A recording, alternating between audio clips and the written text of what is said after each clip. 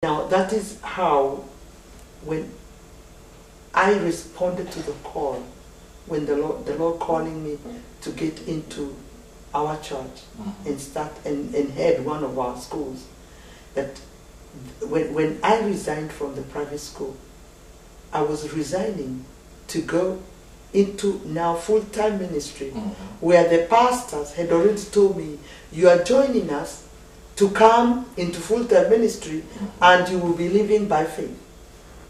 We are not promising you any salary, but you are stepping into faith. So you have to ask God for your provision. Wow. But we are not promising you any salary. So immediately I stepped up into the ministry, into full-time ministry. I got an invitation to come to the US with my family. Somebody I had preached to a long time ago and I had forgotten all about her had come to the US. And she kept on trying to figure out where she can find me. And she called me and wanted me to be invited into a camp in Ashland, Virginia, where I can come and receive more, because she knew I was hungry for God. And so she invited me with my family, where it happened when we went to the embassy, to the US embassy. We all got our visas, and I was able to come with my daughter to the US. The most interesting thing is, when I got into that camp, they prophesy all the time, everywhere. They prophesy over your life. When I got into the office, they started giving me the prophecy. And they wanted to, the first prophecy I got was that God is calling me to rescue the seed of Africa. Wow. So I didn't really understand exactly what he wanted me to do by calling me to rescue the seed of Africa. I mean, and then one woman gave me the prophetic word that he wants me to go and build orphanages in Africa. And to us, an orphanage is a place where we keep animals. So I did not want to be involved into a place where they keep animals. I mean, I don't need animals. So it wasn't really clear.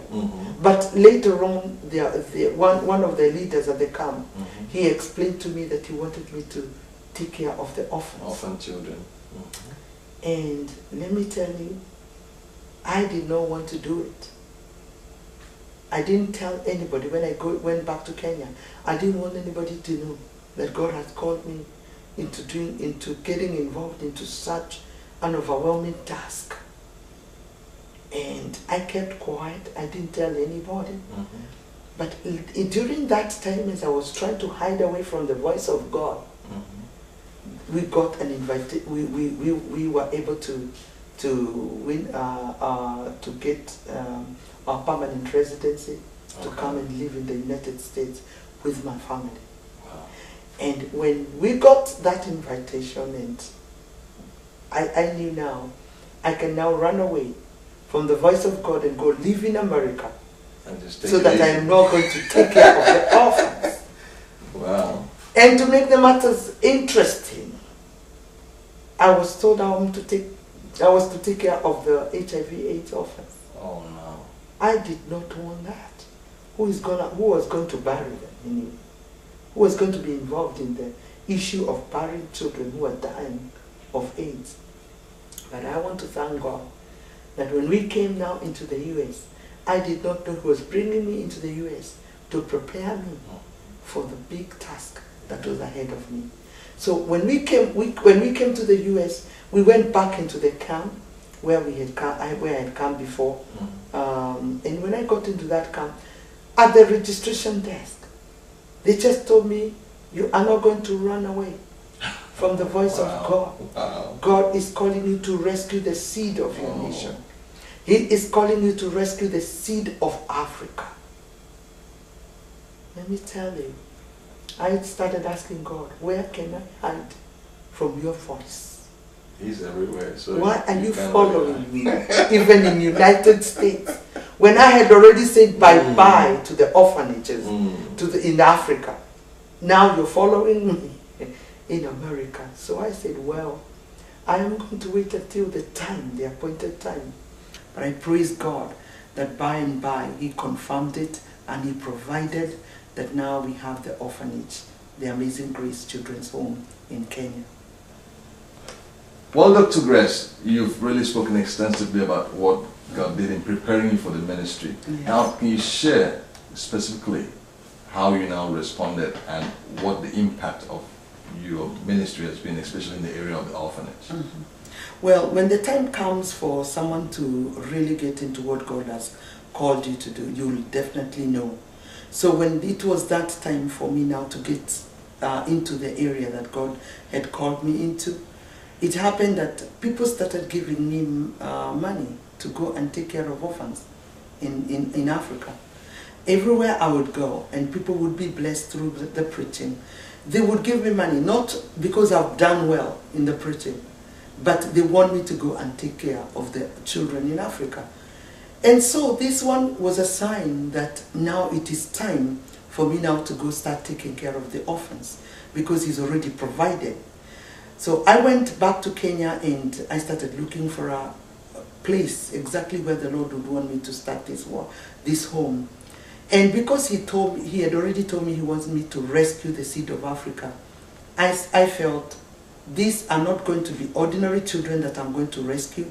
I'm rescuing them to live and become leaders in our nations. Mm-hmm. And therefore I had to raise them from the environment they were in, especially remembering the environment I was raised in. So I went back there into that environment and collected the children that were orphans, and they were orphaned because of victims of HIV/AIDS.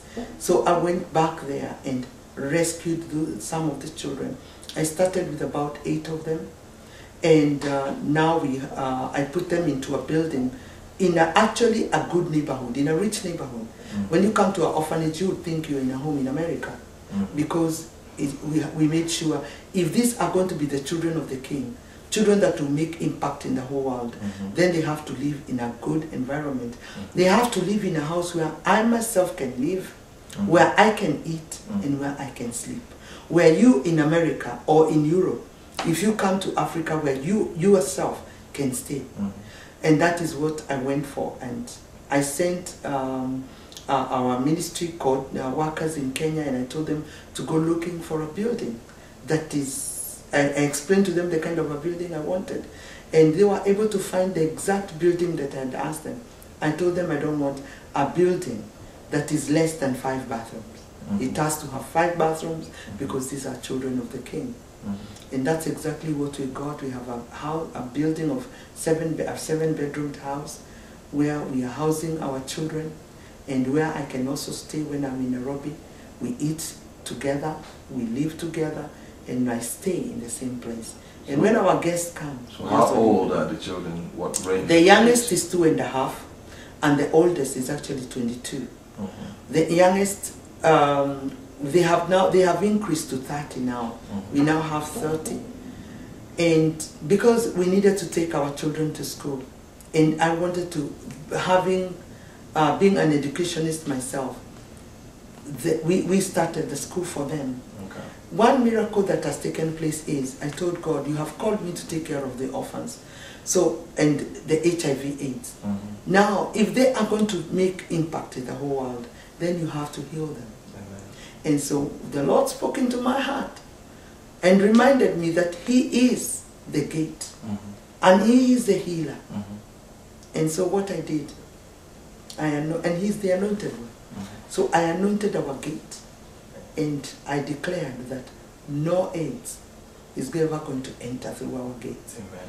And so all those children that have come in there, with AIDS or without, none of them is HIV positive. Amen. They are all negative. They've been tested, mm-hmm. about 3 times each, mm-hmm. and it's been proven that they are all healed. Amen.